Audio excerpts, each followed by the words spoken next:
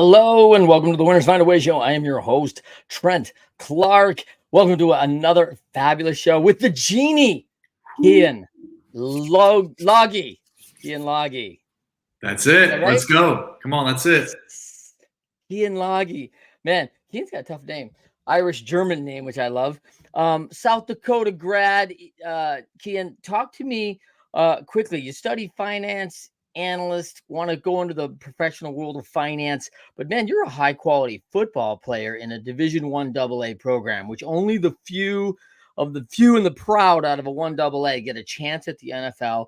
You pursue that dream with Kansas City and New Orleans, and in that pursuit, you somewhat find yourself out of the analyst world and pursuing your passions in this world. Walk me through that time in your life at that 22, 23-year-old stage. Yeah, so football was a closed door for me. I had a neck injury to where I could never play again, so that was moved on to my past. And shortly after I got the news I'd never play again, I came to the reality that I'd have to do exactly what I went to school for. And once that reality set in, I realized that that was not what I wanted to do. And I only wanted to do what I wanted to do separate from what I thought might make me money. So naturally, playing football, which is something I love to do, I said, what's the next thing that I really want to do? And I picked up a book called The Biology of Belief by a guy named Bruce Lipton. He talks about being able to manufacture your own heaven on earth. And I thought that was pretty cool. So from then on, I dove headfirst into what it looked like from a scientific standpoint of how to manufacture my own heaven on earth, and wanted to help other people do the same.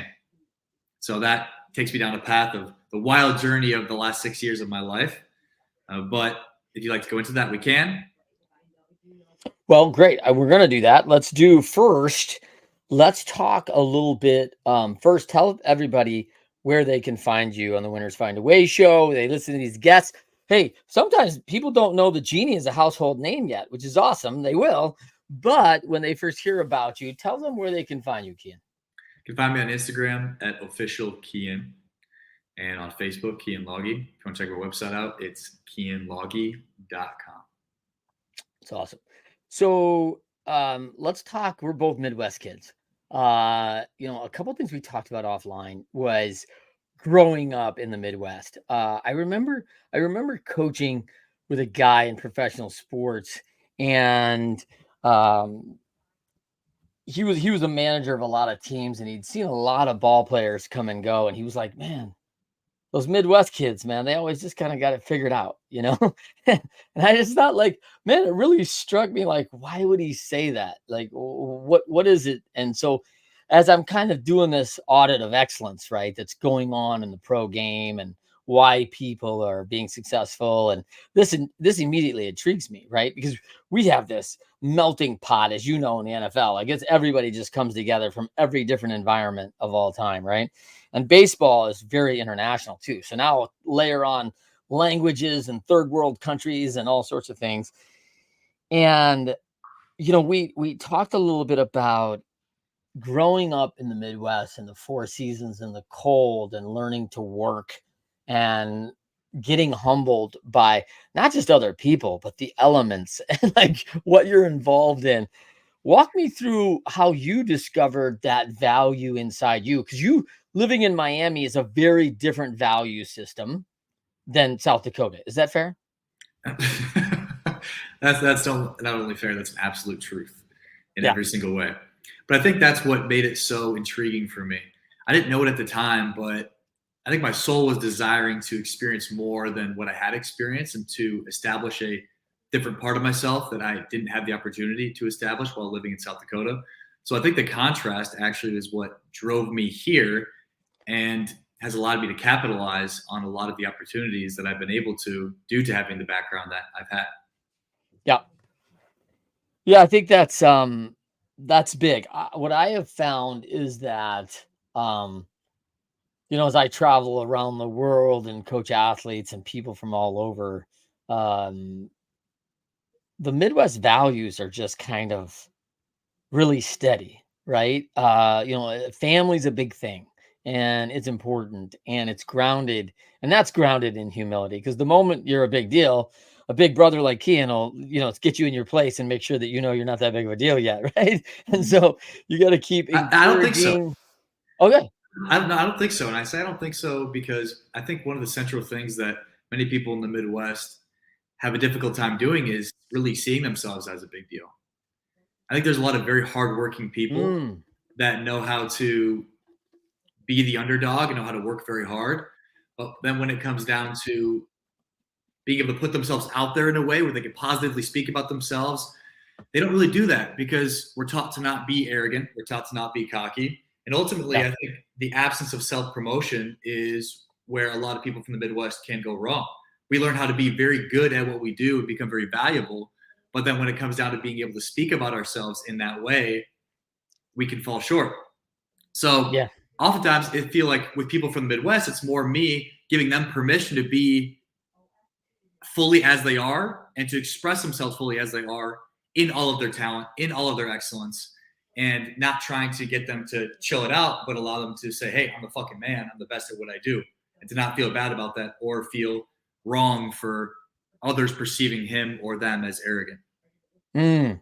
Yeah, I think that's an interesting insight of the Midwest, right? Because I can I can remember I'm the youngest of four, and the Genie here, Keyen, is the oldest of four. So we have that damn dynamic that's a little bit reversed. And so I can remember, I was excelling in sports a lot because I was playing with my big brother, 6 and 4 years older. So like when I was 12 and I started playing with kids my age, I'm like, how easy is this? Like I've been playing with 18 and 16-year-olds, like this is nothing, right?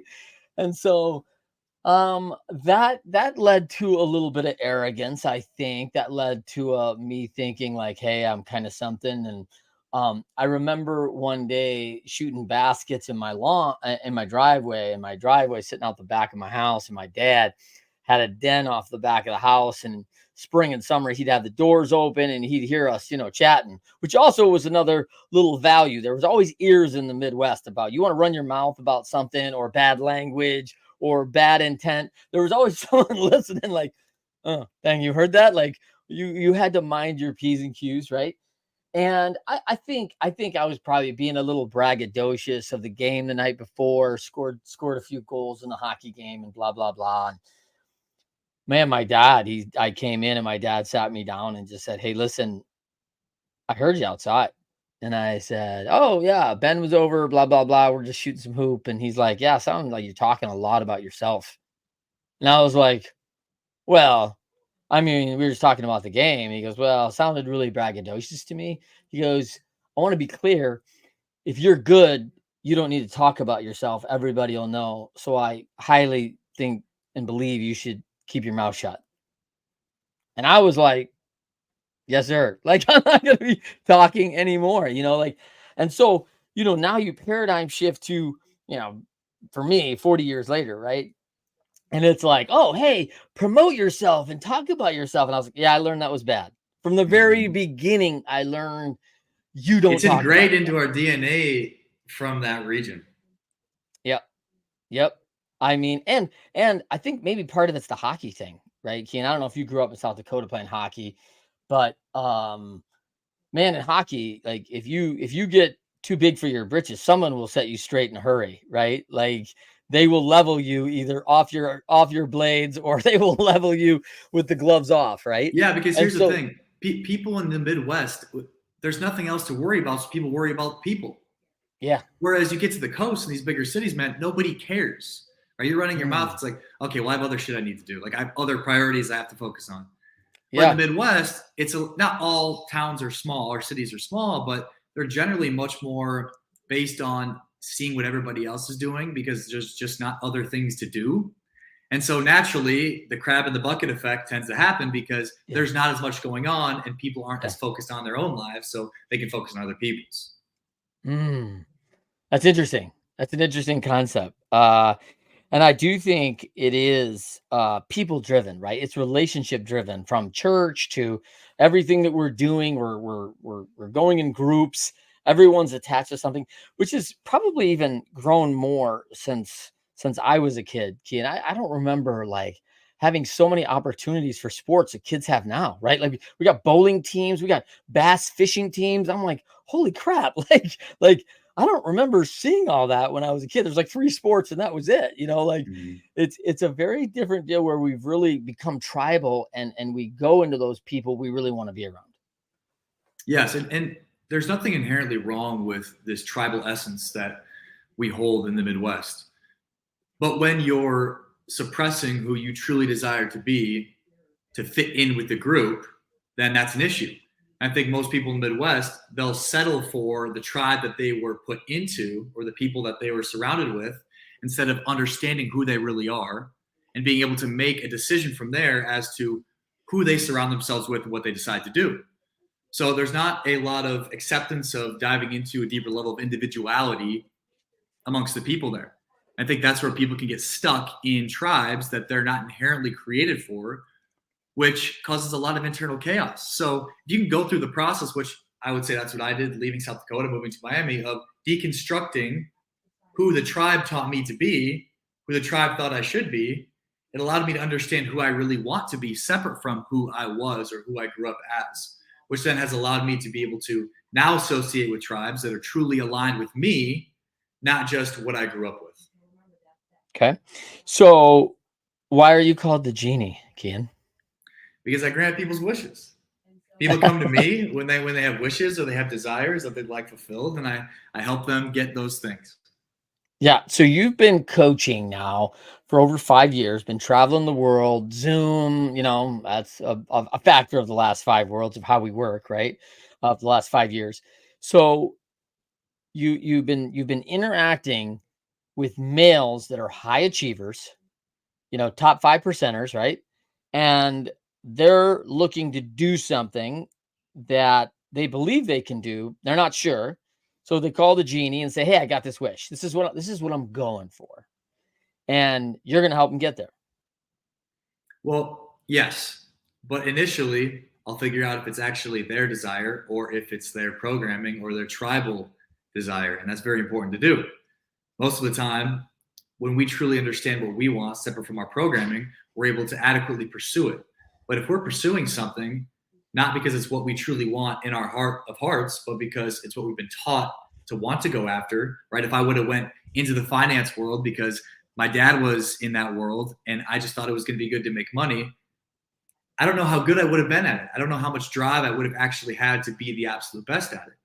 So the first thing I do is I connect them with their deeper sense of desire, separate from what their brain says that they want.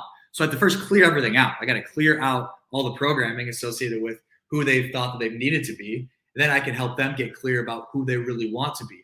Now, sometimes they are connected to themselves and they are aware, and we go into that desire and we end up getting it for them because it is truly a desire they have on their heart. But Sure. oftentimes I find that some of these desires that these men have aren't truly what they want. And so I first have to get them in touch with that space of their heart, which is truth.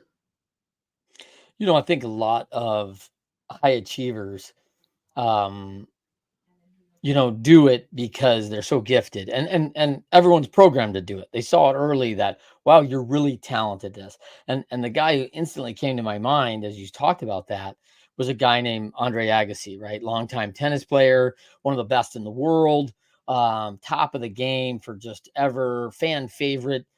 And then, at the end, life happens, it gets mucky, it's kind of ugly, and he does a tell-all book, right? Where he talks about the trials and the fact like this is what everybody programmed me. I never wanted that. In fact, I hate the sport. And you're like, whoa, what are you talking about? You hate the sport? You're like the best ambassador ever, right? And it's like come full circle. Like this guy's got to find out and reprogram because coming back and finding joy in it all and the journey and the process, he was able to do through a lot of work. And I give the guy a big, tip of the cap and honor that he figured that out. But, for years, this is what the outside sees. The outside sees this, oh, everything's great. You're a high achiever. You're awesome. And internally, people are dying.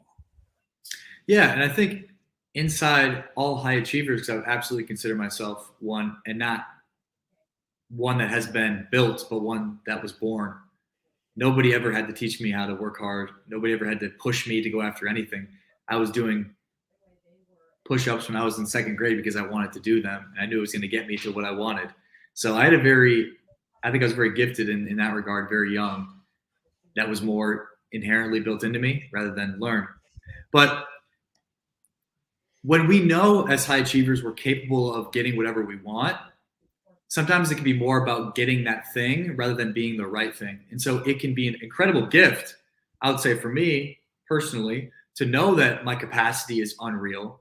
But oftentimes, because my capacity is unreal, there's so many options and so much possibility that it's difficult to really hone in on one. Now I've done that and I'm very good at that now.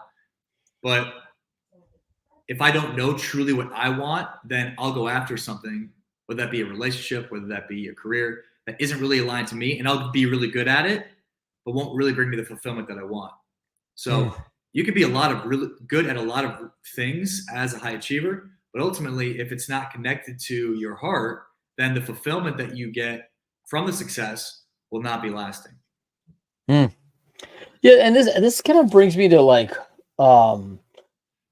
the one thing that most people don't know about you, right, Keyen, is that you're this 6'3", 235, football star in college. You're built like a house and work hard at it. You're a high driven, high achiever, yet gooey in the middle, man, soft center. Like you're a soft guy who's got a soft heart for people and would rather spend times in that vulnerability and soft side sometimes than in some of the harder go world of overachievement. Absolutely. It feels good to dance in both. I think in order for me to be a better high achiever, I have to be able to dance in both. I don't get burnout because of my ability to be able to dance in both.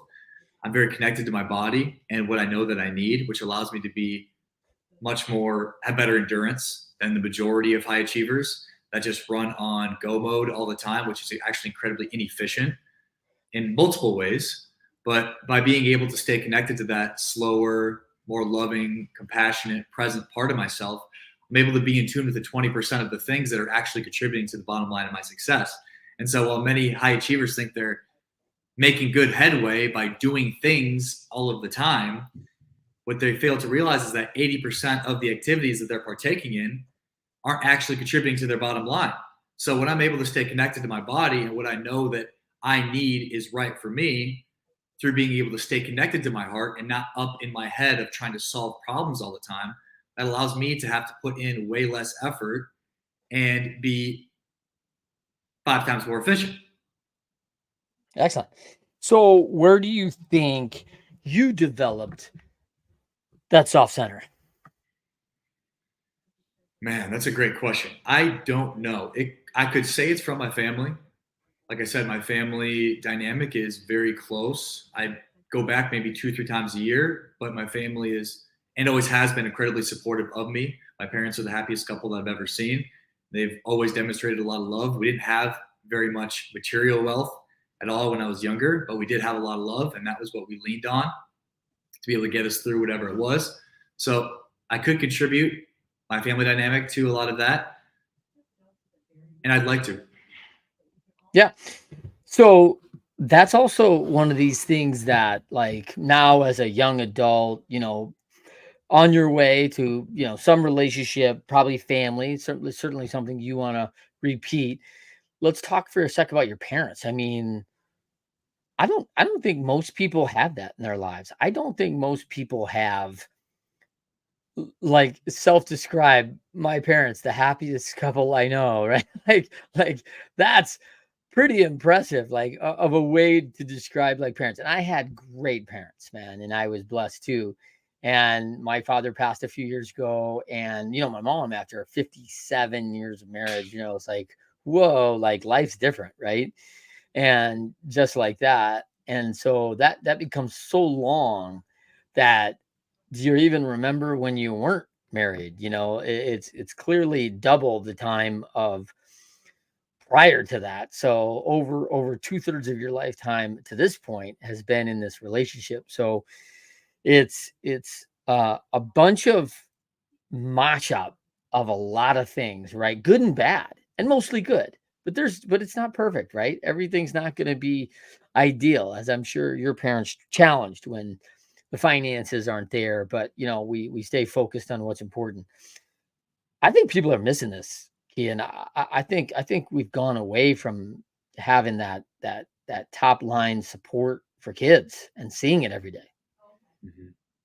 Yeah, I mean, it was and still is incredibly important in my life, and I attribute a lot of my success to the love and support that I've received, not only from my parents, but from my extended family outside of that. And so you say it's not very common. Well, on my mom's side of the family, it's very common. There's three other relationships. My mom had four sisters. There's five of the girls. Three of the relationships are just like my parents. It's unreal. So I've had the opportunity to be able to be surrounded by that. Then naturally, my grandpa got to the NFL. He never played, but he got there. So there's a lot of support from that family as well coming to all my games. So I received a lot of support, and I like I said, attribute a lot of my success to that. At the same time, there's a certain level of golden handcuffs that can happen when there is a lot of support. And now maybe a lot of people can't resonate with this, but this is my experience, so I'm going to share it. Sure. In that when there is a lot of support, naturally, whether that be at work from coworkers or bosses or through your immediate family, there can be a certain expectation to do what is best for the tribe and not what the individual really wants and desires. So having all the support was very important for me to be able to get to where I was. But at the same time, part of the reason I had to leave was because I had to get away from the support. I had to be able to function without it. And the real world operates in a way that doesn't care about supporting you, right? The real world won't support you in the way your family does. And so by me getting away from some of that support, it allowed me to establish a deeper level of independence. I had to separate from that support. And so people that have never had that level of support, maybe it's a little more difficult to get off the ground, but they've had to build up a certain level of confidence within themselves because they never got it externally. So with every positive, there's a negative. With every negative, there's a positive. Sure. Right. And so through being able to separate from some of that support, I was able to gain a better understanding, not of what was going to allow me to get support from my family, but what actions I truly wanted to do. And so I think people in the Midwest maybe could have some elements of that if they do have a good, healthy family dynamic, which I'd say in the Midwest generally has much more than what happens on the coast. There could be this expectation to have to do something that the family wants instead of what the individual wants. And so by breaking away from that, it allowed me to be able to feel more fulfilled in what I'm doing, while also my parents not always agreeing with all the choices that I make. So I've done some pretty wild stuff in my life. In the end of the day, they still end up supporting me, and I found that I still received the same amount of love, which allowed me to see that their love wasn't actually contingent. Yeah. Yeah, it's interesting. It's an interesting thing because I would probably equate it back, you know, just thinking through a little bit of the Midwest. I think like in the early days, Midwest is about farming, it's about the land, it's about production, certainly about religion. And man, like the tribal concept is that the land feeds us, the land is important, not us. We have to till the land, treat the land, care for the land, and it cares for us. And we have to care for the church and the church, right? So, I think what's probably unique about the Midwest, more so than some other areas, is that it's just really not about you, man. I mean, if you're of a very early age, you realize there's a lot going on and it's not about you. And so I think that's a little different because this era today, kids are getting caught up pretty early that man, it's all about what I want when I want it. And it's a little terrifying to tell you the truth, Keyen. Yeah, it definitely can be. And naturally, based on survival, our parents had to operate in that way. Yeah. Most of our parents had to work their asses off to be able to survive. Whereas now there's generally amongst the population much more abundance that exists. So now because there's more safety and more abundance for the general population, we now have the ability to be able to think outside of what's happening right in front of us. Yeah. And so naturally with that comes a little more individuality. And I don't think that's a good thing, or whether you think it's a good thing or bad thing, I guess I suppose it doesn't matter. That's the way that our world is moving. The question is, well, how do you thrive with being able to operate fully as an individual and being disconnected from the whole, which I think many people found during COVID, is not the most fulfilling thing. Yeah. So the tough part about knowing that possibility is limitless and that we can do whatever we want is having to actually choose what it is that we want when the time comes. And I would say for me personally, having the mind that is my mind that's incredibly expansive and understanding I can do whatever I want, I can be wherever I want, being able to choose the things that I do decide to commit to and want to commit to. And I think that Midwest mentality of understanding, okay, it is important for me to eventually commit in one way or another to a career, a relationship, a group of people.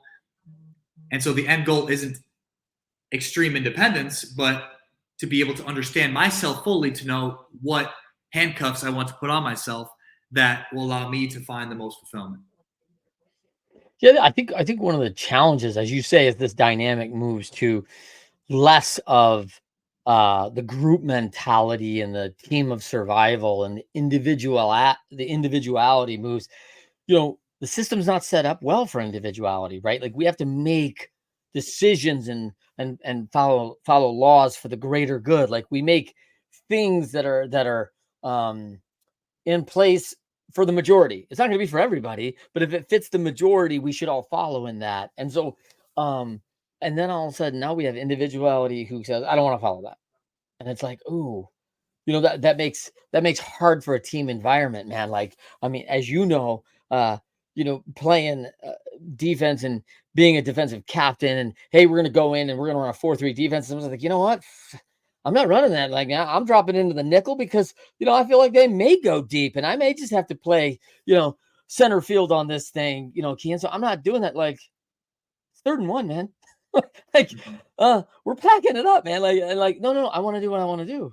And like, you're gonna have to watch from the sidelines because you can't be on the team if we can't get on the same thing. And so the challenge in this is that as these achievers that you're working with, there's a new dynamic as a leader, and and my assumption is, and I want you to clarify for me, is that if they're really looking for this big achievement, this big wish, my guess is that probably 99% of those wishes are going to involve other people, their company, their families, someone else is going to be involved in that wish, and they're going to need some alignment around that.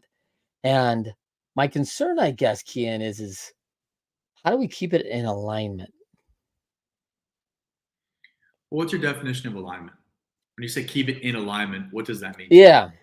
Yeah, I think my definition of alignment would be, having a central top line direction, and that within those parameters, with a lot of looseness around that, right? Is that we're all going to move in that direction for the greater good. So there is a central theme, and this is really easy to define in teams, Keyen, right? Like, because we could say, hey, our goal is to win the 1AA national championship, right? And South Dakota's certainly been in that hunt, for a number of times. And so, have they won one, by the way? No. Not We yet. moved to Okay. Division One, I think, 10 years ago, but no, we haven't Okay. won one. Okay. So if that's the goal and everyone's moved that, we've all got a bunch of ideas about how that might look. And we've got a bunch of experiences that may lend itself to us as a team getting there. And my idea may be not as good as your idea. And so being open to the ideas of what we can do as a team and as a unit to get there is awesome. But I think when we're out of alignment, it's individuals taking matters into their own hands of what they think best, is not willing to follow um, towards that greater goal, even when the tribe has decided this is how we will do it. At this point, we can change, but today this is how we're doing it. I don't agree with that way. I'm going to do it my way. And I Yes. think the individuality in that state kind of steps out of bounds, and they're not acting within the lines of the playing field anymore. That's, Yeah, I but think, out of alignment. yeah, okay. Thank you for explaining that. What makes an incredible coach is one's ability to be able to see who fits into the scheme that they have already created. Yeah. Okay, that's what makes an incredible coach, at least in the recruiting process part of it. And I want to use that as an example with comparing to my clients or the individuals that I work with. Hmm. If a coach doesn't know what type of defense he wants to run or an offense that he wants to run, he won't be able to adequately choose which players he needs. So he'll focus on things outside of what that individual role needs. So if a coach isn't clear about the positions that he needs filled and the attributes associated with each of those positions, then naturally he's going to bring people in that don't fit those roles, and he's going to experience problems. That's not the problems of the players. That's the problem of the coach. Agreed. So as an individual, to be able to create your own heaven on earth, you have to be able to fully understand the offense and the defense that you want to run and which players will fit perfectly within those roles and what attributes it takes to be able to allow those players to fit within those roles. Yeah. But if you're creating an offense and a defense out of the programming that you've had, that your parents or your upbringing taught you was the best offense or defense, you're still stuck in the maybe 1980s, then you can't adequately recruit the players that you need because you don't have the conviction associated with the offense and defense that you're running. The conviction that comes with being able to get the players that you want is the belief in the direction that you're moving. And if the direction that you're moving isn't truly from that deeper place of your heart, then you're not going to be able to get the team together that really is adequate to fulfill the vision that you ultimately have, which is to win a Super Bowl. Yeah, no, I think that. So we're often missing that communication, right? That may be in somebody's mind because nobody knows they may have an idea of that. Nobody has any idea what they want anymore because we're exposed to a million different forms of stimuli all the time. I can have an idea of what I want, and then I get on my phone and I see Tom on a vacation in Paris. Like, oh fuck, I want what Tom has, and then that idea of what they want just goes out the window, right? So teams aren't being properly formed anymore because nobody knows their role. Nobody knows who they are. So we can't create an organization because everybody has ultimate ability to do whatever they want, but at the expense of knowing who they really are. Yeah, I think that's where, I see a lot of organizations, they stumble, right? They're not communicating. And in fairness, the individual who's now acting out of bounds may just be acting because they're not communicated with properly. They just think this is their role. Maybe they think this is their best idea. And no one said, hey, this is not what we're going for. This is the type of offense we need to run. This is what your role is inside that offense. This is exactly what I need from you. This is what success looks like in your role. And I don't see a lot of that happening, as you know, Keyen, in your work. Yes. It's a huge challenge for leadership. And, we say at Leadershipity is, there's a lot of organizations that are being run that need a lot of leadership and a lot of coaching. And nobody went to school for leadership and coaching. And it's like, hey man, this stuff's going to happen. You got all this organization. You got to coach these people into your alignment, what you're going for. And they're like, well, how do you coach somebody? And I'm like, you're playing from behind already.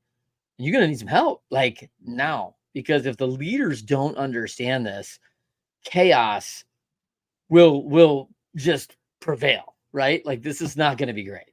Absolutely. Tell me why males. You were directly working with high achieving males. And I asked that, and you'll love this, Keyen. I asked that because in Leadershipity, at one point, we had almost 70% of our clients were female CEOs. And of course, I'm going back like I always do, going, how did all these women find us? Like, why did they choose us? And so now I'm back on the horn, reviewing the tapes, right, Keyen? Hey, why did we win? Why did you call us? Who did you call first? Who referred you? Women don't generally have as big of egos. That's right. That's right. Yeah. Which is why we're getting called, because they want to develop, and the males don't want to hear that I'm not good at coaching and I'm not good at leadership.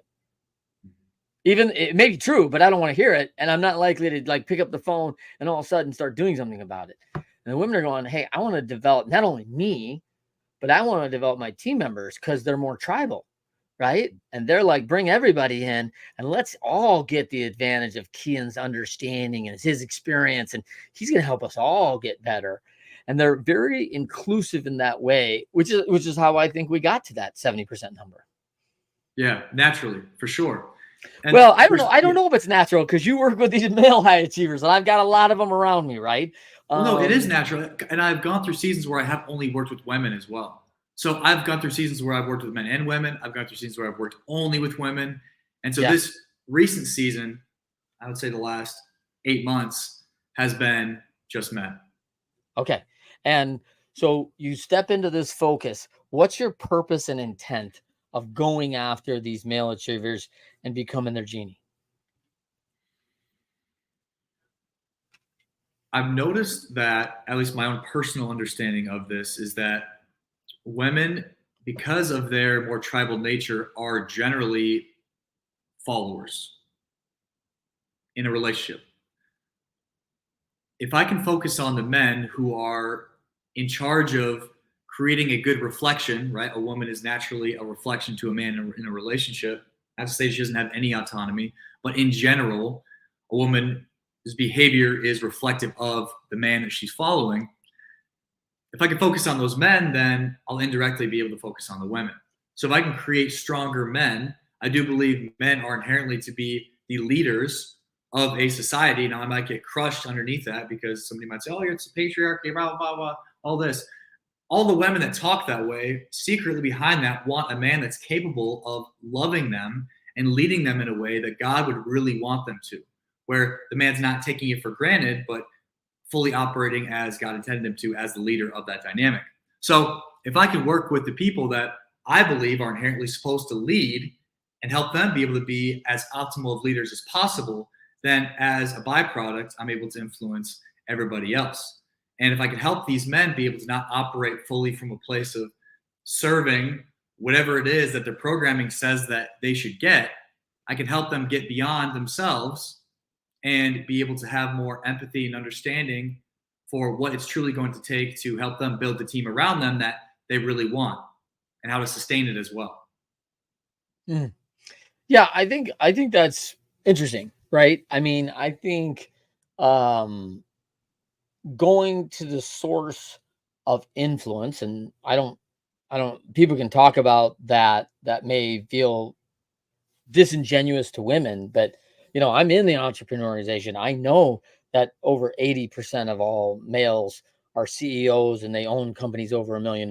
It's not a matter of it should be different. It's a matter of truth because that's the statistics on it, right? It's just stats. And I can give a whole host of reasons of why that happens, right? And my wife's a good example, has a nice small business, has zero desire to build a scalable multi-million dollar company, right? She's like, I help people learn Latin and I have a nice little online system and that's cool. But she doesn't want to be the provider. She doesn't want to be, she wants to focus her attention on a lot of other things. And business is not certainly her only focus, right? This dynamic that you speak of is very interesting to me as you talk about kind of God's purpose. As I've been through tons of counseling, I'm an abused kid, and a lot of counseling, just getting relationships right because I don't think relationships are easy. And um, I can recall, recently as my wife and I were struggling in a good relationship with one another, communicating well, and she's certainly not seeing my commitment level that I've had in the past towards the relationship, whether I'm distracted by my work or the other kids or whatever it is, doesn't matter. And as my counselor said, hey, how's your relationship with the higher power? How's your relationship with God? Because I think your wife is reflecting that same relationship in your life. And I thought, ooh, it's about as lukewarm as my relationship is with my wife, right? So I've got this lukewarm toe in the water kind of going about and going through the motions and kind of exactly what I'm doing in my faith life, right? So I'm looking at this thing frustrated in this relationship. And he's like, yeah, I think God's looking at you the same way. And I was like, dang, man, nothing like a punch to the nose, right? And I'm like, wake up and smell the coffee, Trent. Like, but that was hard to hear. Yeah, absolutely. And that often can be the case where it is right person, wrong perspective. But oftentimes what I find, especially now in today's world, what's very, very important is understanding who we are so we can understand what we truly desire in a partner. And so sometimes there's this that happens a lot in a partnership between a man and a woman. And it isn't just the fact that there's a lack of connection with God on the man's part, but that he didn't adequately understand himself in a way to know what he wanted. So maybe he wasn't that inspired to pour into that person because he didn't choose that person out of a place of what he truly desired, or from a place of what he thought might fulfill something within him. And I think understanding who we are as men and our value systems for how we want to live our lives, the direction that we want to take our lives, and to be adequately moving towards those things, that's a very important part of the process before we choose who we want to have as the person that's going to be the primary influence in our lives. So that should not be taken lightly. And one of the first steps that I believe men need to take is understanding themselves fully so they can understand where a woman can fit into their life, so they can choose a woman that they will pour fully into and love them as God loves us. When you get in these wishes of your male achievers, how much, I mean, just on a percentage base, we talked a little bit about 80-20, on the workload. How much, if you were to ballpark this out of a percentages, relationships are going to be a key element to getting your wish fulfilled? How you interact with other people. And there's a lot of them. We're just talking about spouses quickly and significant others, but there's a lot of relationships. How important is that in your work?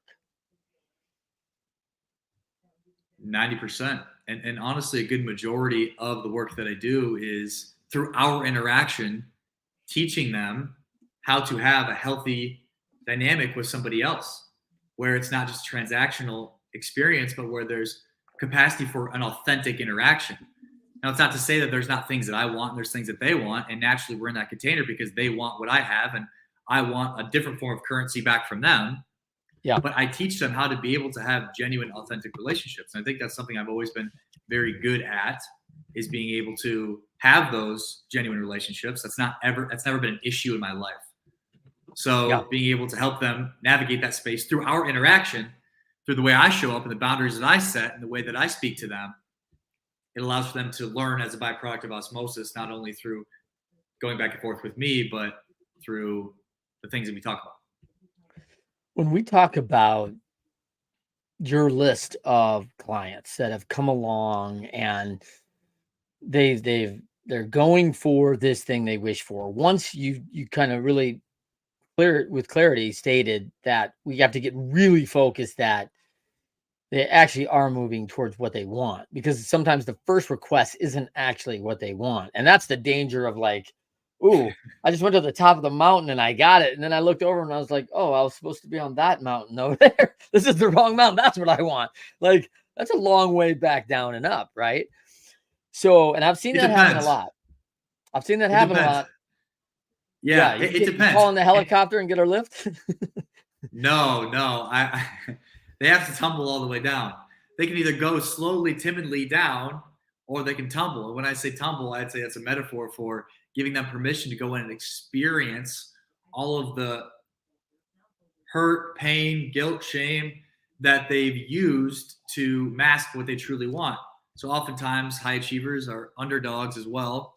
And that underdog mentality can come from a level of deceit from people at a younger age, or from people that thought they couldn't do it, or trying to prove somebody wrong. And so I have to go in and I have to help them feel all that pain that they're actually feeling, that they're masking with improvement. So if I can be that person that will prove those people wrong, then I can now feel good about myself. Or we could just feel the pain associated with the disapproval of those people. And through that, there's a lot of emotion that's experienced, and that's a tumbling down the mountain. But if they give themselves permission to go into the hurt and pain and fully experience all that emotion, then we can get to the bottom faster so they can get to the top of the next one quicker. But the cool part about it is that there's a lot of skills that people learn in the process of getting to the top of that first mountain. Yeah. Or that mountain that they decided to climb. Andre Agassi, for example, right at the tennis mountain. I'm sure he used a lot of the skills that he learned from getting to the top of that industry to be able to take him to the top of whatever really lit his heart up next. Yeah. So it's not to say that it's all for nothing. It's just to say that if you want to feel the most fulfillment possible, then naturally you're going to have to probably do the thing that lights your heart up. Yeah. But at the same Yeah. time, to tumble down to the bottom, you still have a ton of skills that you learn to get to the top of that mountain. Yeah, I think that's part of the athletic experience that I don't know that everybody gets conditioned for through life. It's there in sports, they make you feel that pain, right? They reintroduce the pain again and they reintroduce, and so you're like, oh my gosh, you're either gonna learn or you're either gonna lose, you're either gonna win or learn, right? And so and you get conditioned to it. You get conditioned to review the tapes. You get permission, by the way, to lean into the pain. And it's not always even requested. It's almost required. And so that's a skill set that I don't know that athletes always understand, like, hey, I've done this pain exchange and I know exactly how to use that in the future, because it's a massive skill. And Andre Agassi is a good example, pouring into a school for underprivileged kids in Las Vegas. He has an incredible campus.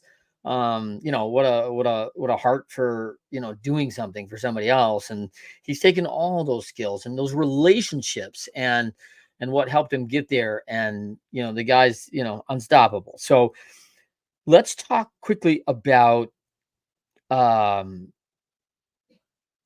what's rearing its head with folks when you have people that they're already calling you. Like, I doubt low achievers or people on the fence of whether they've ever done anything are calling you.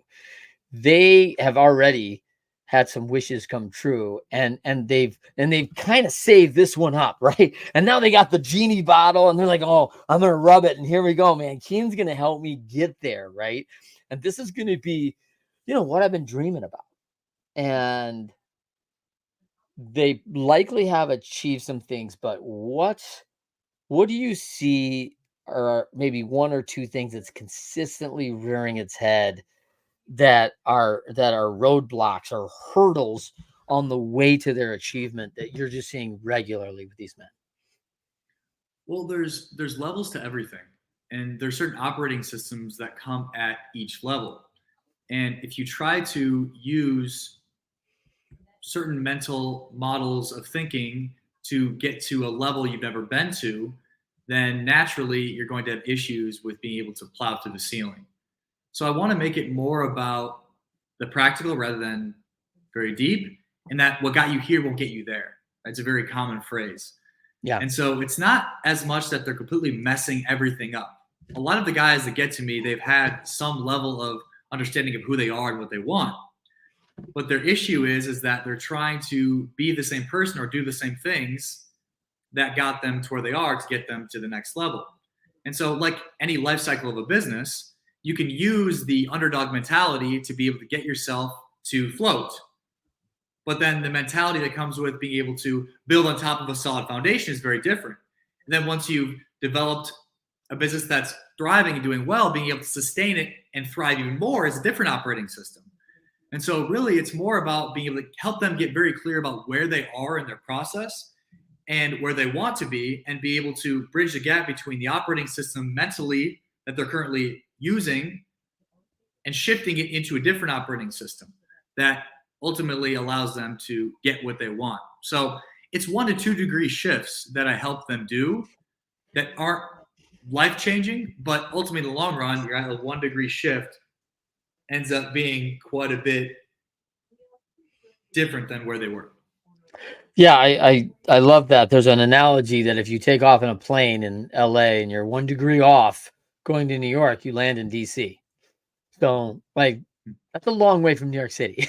Like, you were not on track, but yet it's just fractional offline at the beginning, right? And so by the time you get there, that is not going to get you where you want to go. If there's a lot of challenge out there right now. A lot of push on. It's harder than it was before. Uh, it feels like more roadblocks. It feels like it's just a lot less alignment. Um, if you knew, someone's going through challenges right now, Keyen, do you have a couple things that you think someone needs to step up and do right away that's really important to get back online, to get back moving towards a positive direction?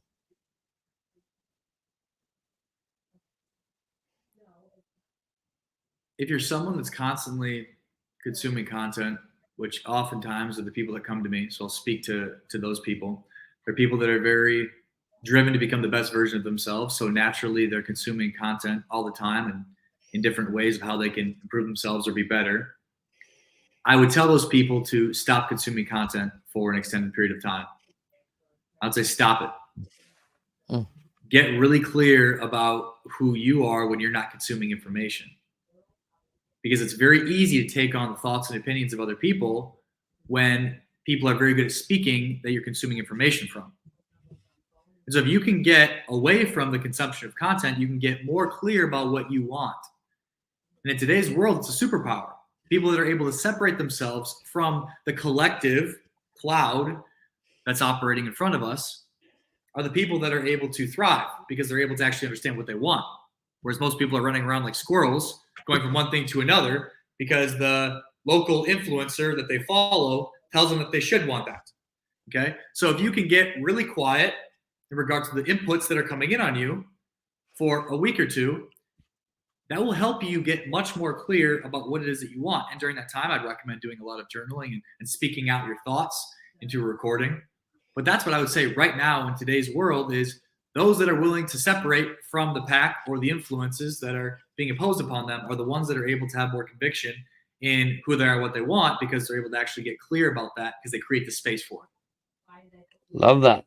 I love that. I think that's great.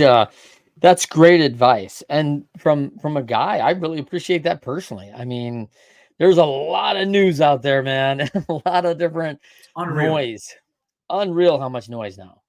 And these talking heads are just always ever present until you leave them behind and leave behind the units that they show up in, right? So that's great stuff, man. All right. The Genie, Keyen, Lage, thank you for joining us on the Winners Find a Way show. Last thing, Keyen, is there something that you have like a quote when you're challenged, when things are a little rough for you?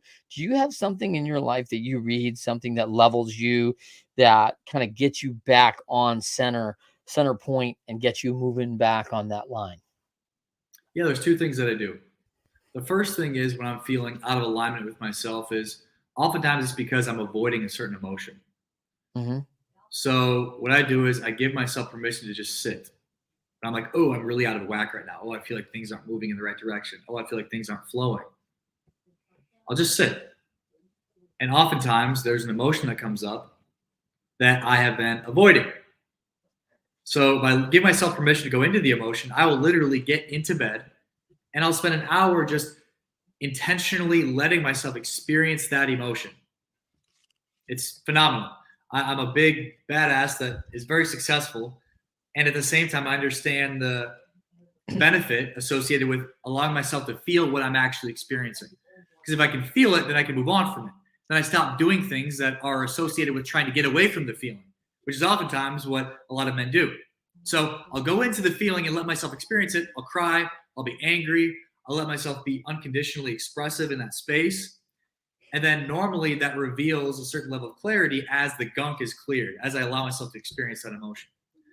Second thing that I'll do is after I do that, and I feel like I'd like to get some greater level of guidance after I purge myself of the emotion that's causing me to do things that aren't maybe what are in alignment for my better good, I will call the support system of the people that I have around me. So I know there's people that I've put into my life, the team that I've created for myself that are good in different arenas of life.